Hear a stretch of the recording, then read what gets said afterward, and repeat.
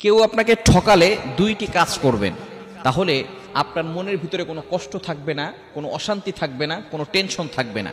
অনেক মানুষ এমন রয়েছে, মানুষকে ধোকা দেয়, মানুষকে ঠকায়, মানুষকে অপমান করে, ক্রিটিসাইজ করে, তুচ্ছ-তাচ্ছিল্য করে।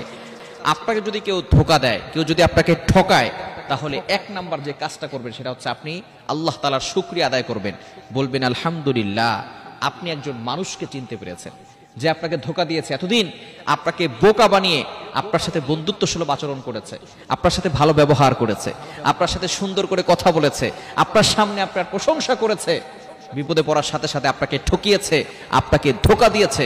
আপনি সাথে সাথে টেনশন না করে আপনি আপনার মুখ থেকে উচ্চারণ করবেন আলহামদুলিল্লাহ, আল্লাহ আমাকে একজন মানুষ চিনিয়েছে, যে মানুষ আমাকে ধোকা দিত সে মানুষটাকে আমাকে চিনিয়ে দিয়েছে। নাম্বার 2, দ্বিতীয় নাম্বার যেটা, সেটা হচ্ছে একেবারে চুপ থাকবেন এবং আপনি আল্লাহর উপরে ভরসা রাখবেন। মনে রাখবেন, যে আপনাকে কষ্ট দিয়েছে, যে আপনাকে ধোকা দিয়েছে, আপনাকে ধোকা দিয়ে সে কখনো বড়লোক হতে পারবে না, সে কখনো তার জীবনে শান্তি আনতে পারবে না। যে মানুষকে কষ্ট দেয়, মানুষের মনে আঘাত করে, আল্লাহ পাক রব্বুল আলামিন তাকে কখনো শান্তিতে রাখেন না।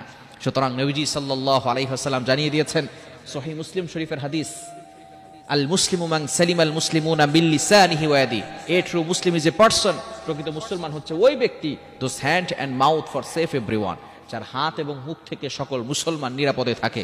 সুতরাং আপনাকে যে ধোকা দিয়েছে সে অবশ্যই কঠিন বিপদে পড়ে যাবে। আপনি শুধু সাইলেন্ট থাকেন, কিপ সাইলেন্ট, রিল্যাক্স, কুল, স্টপ, একেবারে চুপ থাকবেন এবং আল্লাহর উপরে ভরসা রাখবেন, হতাশ হবেন না। মনে রাখবেন, never lose hope, never give up. মুমিন কখনো আশা হারায় না, মুমিন সব সময় আল্লাহর উপরে ভরসা রাখে। আপনি আল্লাহর উপর ভরসা রেখে বলেন হাসবুনাল্লাহু ওয়া নি'মাল ওয়াকিল, আমার আল্লাহ আমার জন্য যথেষ্ট।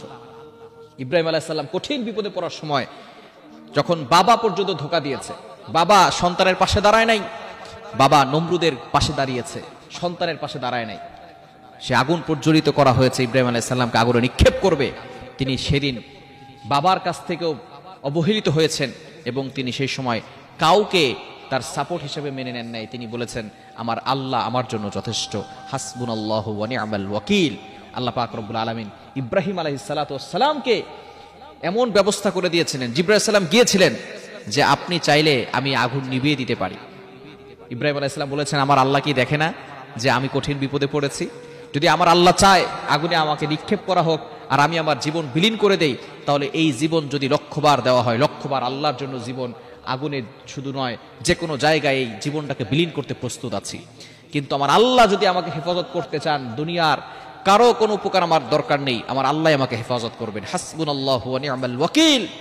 সূরা আলে ইমরানের 173 নম্বর আয়াতে আল্লাহ তাআলা জানিয়ে দিয়েছেন ইব্রাহিম আলাইহিস সালামের কথাটা, হাসবুনাল্লাহু ওয়া নি'মাল ওয়াকিল, আমার আল্লাহ আমার জন্য যথেষ্ট। সাথে সাথে আল্লাহ পাক রব্বুল আলামিন আগুনকে অর্ডার করেছেন ডিরেক্টলি, কুলনা ইয়া নারু কুনি বারদাও ওয়া সালামান আলা ইব্রাহিম, আগুন তুমি শীতলময়, ইব্রাহিমের জন্য শান্তদায়ক এবং শান্তিদায়ক তুমি হয়ে যাও। একটা আগুন, একটা পশমও আগুন ইব্রাহিম আলাইহিস সালামের শরীর থেকে জ্বালাতে পারে নাই। আল্লাহ পাক রব্বুল আলামিন ইব্রাহিম আলাইহিস সালামকে হেফাজত করেছেন। সুতরাং কেউ যদি আপনাকে ধোকা দেয়, আপনাকে কষ্ট দেয়, আপনি চুপ থাকেন, দেখবেন আল্লাহর উপর ভরসা রাখেন, আল্লাহ তাআলা সবকিছু সহজ করে দিবেন।